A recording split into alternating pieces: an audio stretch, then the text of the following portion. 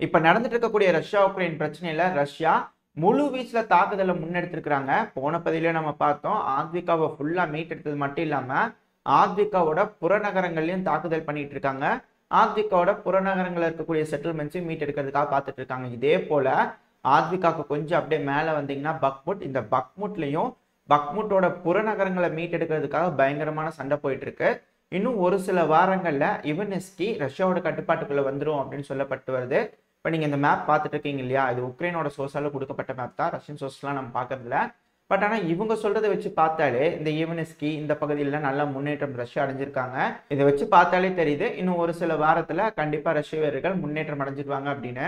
அதுவும் அப்படியே கீழே வந்து பாத்தீங்கன்னா இந்த பக்முட்டு கீழே அந்த குருதுமிவ்கா இருக்கு இல்லையா, அந்த இடத்துல பச்சை கலர்ல மார்க் ஆயிருக்கு இல்லையா, அதெல்லாமே ரஷ்யாவோட கட்டுப்பாட்டுல இருந்தது. அதை உக்ரைன் கவுண்டர் அஃபென்சிவ்னு சொல்லி மீட்டெடுத்த பகுதி தான் அது. இப்ப அந்த குருதுமிவ்கால இருந்து மேல இருக்கக்கூடிய இவனிஸ்கி வரைக்கும் இருக்கு இல்லையா, அது முழுவதுமே ரஷ்யா மீட்டெடுக்கும் பணியில ஈடுபட்டு இருக்காங்க அப்படிங்கிறத சொல்லப்பட்டு வருது.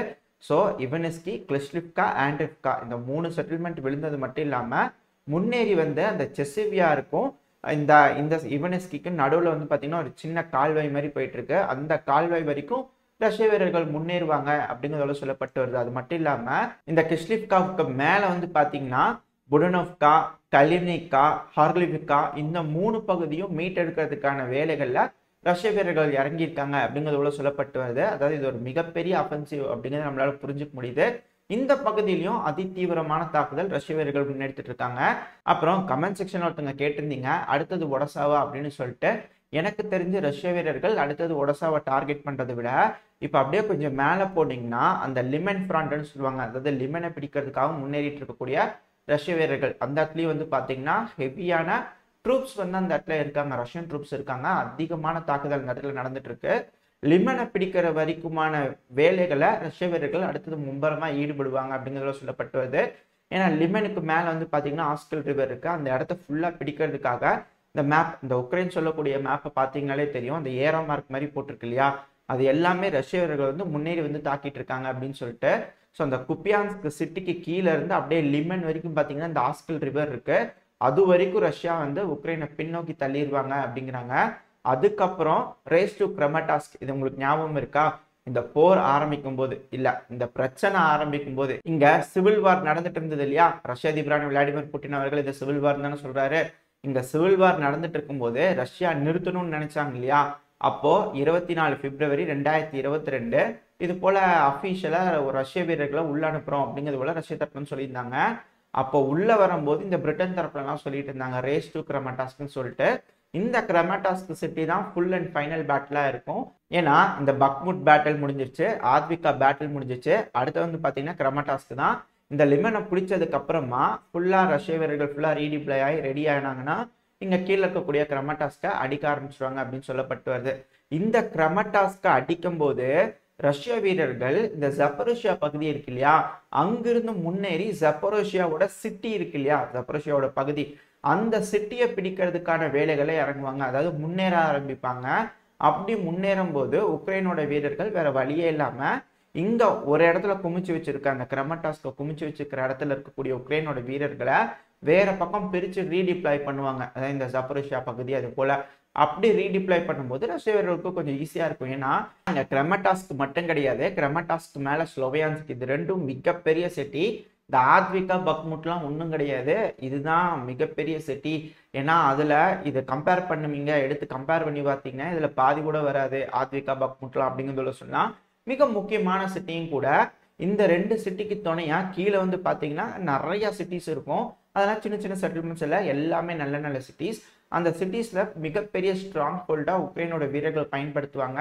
அந்த சிட்டிஸை போய் முன்னேறி பிடிக்கிறதுங்கிறது ரொம்ப கஷ்டமான வேலை. அந்த சமயத்துல இந்த பிளாங்ஸை வந்து ரொம்ப கிளியரா வச்சிருக்கணும் ரஷ்யன்ஸ்.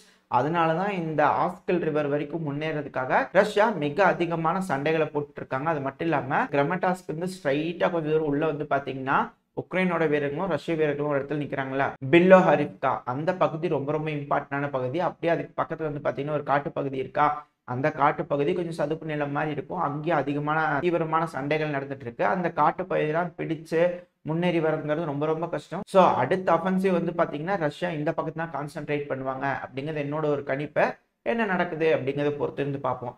அப்புறம் இந்த இடத்துல ஜப்பரோஷியாவை பிடிக்கிறதுக்காக ரஷ்ய வீரர்கள் முழு வீச்சில் இந்த ஜப்ரோஷியாலேருந்து மேலே ஏறுவாங்களே, ஜப்ரோஷியாவை சிட்டி பிடிக்கிறதுக்காக.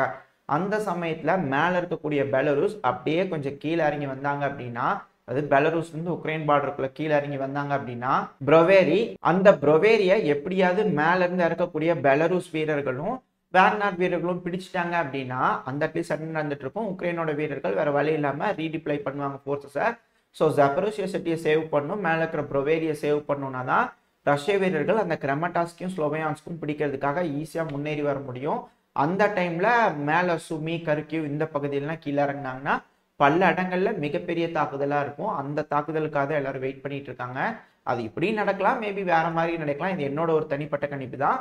பட் அது போல நடக்கும்போது இந்த பெலருஸ் அந்த ப்ரொவேரியை மட்டும் கட் பண்ணி விட்டுறணும். அப்படி செஞ்சுட்டாங்கன்னா ப்ரொவேலியிலேருந்து போகக்கூடிய எல்லா எய்டுக்கும் எல்லா சப்ளை லைன்ஸும் கட் ஆயிடும். கீழே ஜப்பரிஷியா முன்னேற போறாங்க இல்லையா, அந்த சிட்டியை சுத்தி உழைச்சிட்டாங்கன்னா போதும் ரஷ்ய வீரர்கள்.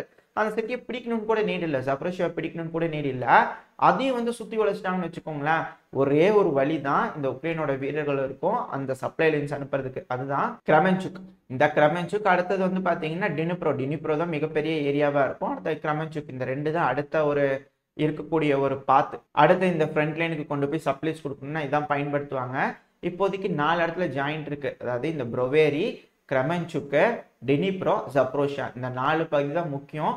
இதுல ரஷ்யா கீழே இருந்து போய் ஜப்ரோஷியாவும் மேல இருக்கக்கூடிய பெலருஸ் கீழே ப்ரொவேரியை கட் பண்ணாலே போதும்.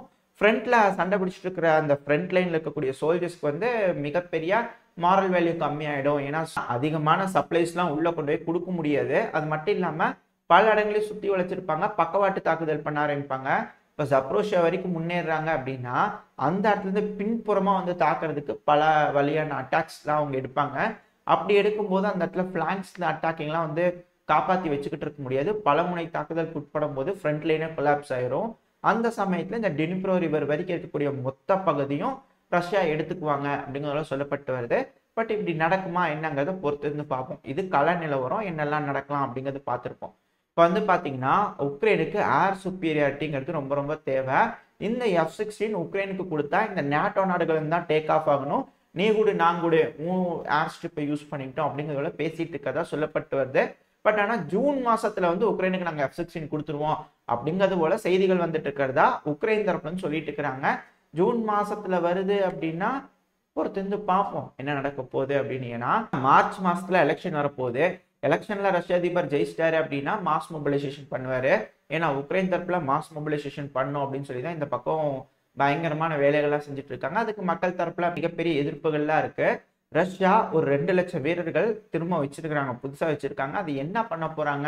சிலர் 3 லட்சம்ங்கிறாங்க, சிலர் 2 லட்சம்ங்கிறாங்க. அந்த வீரர்கள் என்ன செய்ய போறாங்க, எதுக்காக இருக்கிறாங்க அப்படிங்கறதுதான் ஒரு கேள்வி. அதனாலதான் நான் சொன்னேன் இங்க மேல இருக்கிற சுமி, கர்கிவ் இந்த பகுதியெல்லாம் உள்ள வரலாம், கீழே இருந்து ஜப்ரோஷியா மேலே ஏறலான்னு. பட் இதெல்லாம் நம்மளோட யூகங்கள் தான். ரஷ்யா புதுசா அந்த 2 லட்சம் வீரர்களை உள்ள களம் இறக்கும் போது உக்ரைன் கிட்ட குறைஞ்சது 2 லட்சம் பேராவது இருக்கணும் இல்லையா, அதுக்காக இந்த மொபிலைசேஷன் பண்ணிட்டு இருக்காங்க. 2.5 லட்சம் பேராவது மொபைலைஸ் பண்ணியே ஆகணும், இல்லைன்னா ஒன்றும் பண்ண முடியாது அப்படிங்கிறது போல உக்ரைன் தரப்புல இருக்கிற கமாண்டர்ஸ்லாம் நிறைய பேர் பேசிக்கிறாங்க. நம்ம கூட ஒரு வீடியோ பதிவுல பார்த்துருப்போம், இது போல கூப்பிட்டா மரியாதையா வந்துருங்க அப்படின்னா முட்டி கீழே சுற்றுவேன் அப்படிங்கிறத ஒரு கமாண்டர் சொன்னதா வீடியோ பதிவுலாம் பார்த்தோம் இல்லையா. ஸோ அது எல்லாமே இதை நோக்கி தான் போயிட்டு இருக்கு அப்படிங்கிறது புரிஞ்சுக்க முடியுது. அடுத்தது இந்த G7 நாடுகள்லாம் கண்டம் பண்ணிக்கிறாங்க ரஷ்யாவை. என்னன்னா இந்த ஜப்பரோஷியாவோட நியூக்ளியர் பவர் பிளான்ட் இருக்கு இல்லையா, அது முழுவதும் ரஷ்யாவோட கட்டுப்பாட்டுக்குள்ள இருக்கிறது ஒத்துக்கவே முடியல, எங்களால ஏத்துக்கவே முடியல அப்படிங்கிறத திரும்பவும் சொல்லிக்கிறாங்க G7 நாடுகள் கிட்ட இருந்து. ஏன்னா அந்த பக்கத்துல ஏதோ ஒரு பகுதி வேணும் இல்லையா, D-Day அப்படின்னு சொல்லுவாங்க. அதாவது எப்படி இந்த 2ஆம் உலகப் போர்ல D-Day ஆப்ரேஷன் ஆரம்பிச்சங்காட்டிக்கு தான் இந்த பிரான்ஸு இந்த உள்ளெல்லாம் ஊடுருவி தாக்குதல் பண்ணி ஜெர்மன் படைக்கிட்ட இருந்து மீட்டெடுத்திருந்தாங்க இல்லையா பகுதிகளை, ஜெர்மன் வீரர்களை தோக்கடிக்க முடிஞ்சு. அதாவது இந்த கெர்சன் பகுதியில ரஷ்யாவோட கட்டுப்பாட்டுக்குள்ள இருக்கக்கூடிய கெர்சன் பகுதியில ஏதோ ஒரு பகுதி உக்ரைனோட கைப்பிடிக்குள்ள இருக்கணும். ஒரு வேளை இந்த நாட்டோ நாடுகள் உள்ள வருது, அதாவது நாட்டோல இருந்து அமெரிக்கா விலகுறாங்கன்னே வச்சுக்குவோம், யூரோப்பியன் யூனியன் உள்ள வருது, இந்த யூரோப்பியன் யூனியனோட ஆர்ம்டு ஃபோர்ஸ் உள்ள ப்ரொடெக்ட் பண்ணணும்னு நினைக்கிறாங்கன்னா D-Day ஆப்ரேஷன் பண்ணணும். அதாவது பக்கவாட்டு தாக்குதல், ஃபிளாங்கிங் அட்டாக் ஏதாவது பண்ணணும் இல்லையா. அப்படி பண்ணணும்னா ரஷ்யாவோட கட்டுப்பாட்டுக்குள்ள இருக்கக்கூடிய கெர்சன் பகுதியில ஒரு ஸ்ட்ராங்கான ஹோல்டு உக்ரைன் கிட்ட இருந்தா மட்டும்தான் ஏதாச்சும் செய்ய முடியும். இல்லைன்னா அந்த சுரோவிக்கின் லைனை யாராலையும் ஒன்றும் பண்ண முடியாது. அது மட்டும் இல்லாம 30 கிலோமீட்டருக்கு, அதாவது 30 கிலோமீட்டர் கண்டினியூஸா ரயில் பெட்டிகளை கொண்டு நிப்பாட்டி வச்சுக்கிறாங்க. எதுக்காக பண்ணிக்கிறாங்க? இதை டசார் ட்ரெயின் அப்படிங்கிறது போல சொல்றாங்க. இது ஒருவேளை டிஃபென்ஸ்க்கு யூஸ் பண்ணுவாங்களா, எதுக்கு யூஸ் பண்ணுவாங்க அப்படிங்கிறது போல தெரியல. ரஷ்யா இது போல 30 கிலோமீட்டருக்கு ஒன்று பின்னாடி ஒன்று இந்த ரயில் பெட்டிகளை கொண்டு வந்து நிப்பாட்டியிருக்காங்க அப்படிங்கிறது போல செய்திகள்லாம் வருது. இது அடுத்த அஃபென்சிவ், அதாவது நம்ம சொல்றோம் இல்லையா, மிகப்பெரிய அஃபென்சிவ் ஜப்போரிஷியா வரைக்கும் மேலே போகணும், அங்கிருந்து பின்னாடி வந்து அடிக்கணும் அப்படின்னா ஏகப்பட்ட ஃபோர்ஸஸ் தேவைப்படும், ஏகப்பட்ட ஆயுதங்கள் தேவைப்படும். அதுக்காக இதை வந்து ப்ரிப்பேர் பண்ணிட்டு இருக்காங்களா ரஷ்யா அப்படிங்கிறதோட சொல்லப்பட்டு வந்தது. சமீபத்தில் நம்ம கூட சொல்லியிருப்போம், இது போல மிகப்பெரிய ரயில்வே லைன்லாம் போட்டிருக்காங்கன்னு. அது ஆல்மோஸ்ட் கம்ப்ளீட் ஆக போகுது அப்படிங்கிறாங்க. இந்த ஜூன் மாசத்துக்குள்ள அதெல்லாம் யூசபிள்ல வந்துடும் அப்படிங்கிறதோட ரஷ்யா தரப்புன்னு சொல்லிட்டு இருக்காங்க, சோர்சஸ்லாம் சொல்லிட்டு இருக்காங்க. நம்ம சமீபத்தில் வீடியோ பதிவெல்லாம் பார்த்துருப்போம் இல்லையா, முழு வீச்சில் நடந்துட்டு இருக்கு வேலைகள் அப்படிங்கிறது. அதை வச்சு பார்க்கும்போது உக்ரைன்ல ஒரு மிகப்பெரிய சம்பவம் இருக்கு அப்படிங்கிற மாற்று கருத்து இல்லை. அதுதான் ஒன்ஸ் அண்ட் ஃபைனல் பேட்டிலா இருக்கும் இந்த உக்ரைன்ல அப்படிங்கிறாங்க. அப்படியா என்ன அப்படிங்கிறத பொறுத்து இருந்து பார்ப்போம். இதோட இந்த பதிவை நான் முடிச்சிருவோம். இந்த பதிவு எப்படி இருந்துச்சு, உங்களுக்கு பிடிச்சிருக்கா, பிடிச்சுன்னா லைக் பண்ணுங்க, உங்க ஃப்ரெண்ட்ஸ் அண்ட் ஃபேமிலியோட ஷேர் பண்ணிக்கோங்க. அது கூடவே மறக்காம இந்த பதிவு எப்படி இருந்துச்சு அப்படின்ற உங்களோட கருத்துக்களை கமெண்ட் செக்ஷன்ல சொல்லிடுங்க. இந்த பதிவு நல்லா இருந்திருக்கும் நம்பிக்கையில் அடுத்த பதிவு உங்களை சந்திக்கிறேன். அது வரைக்கும் ஸ்டே சேஃப். By by.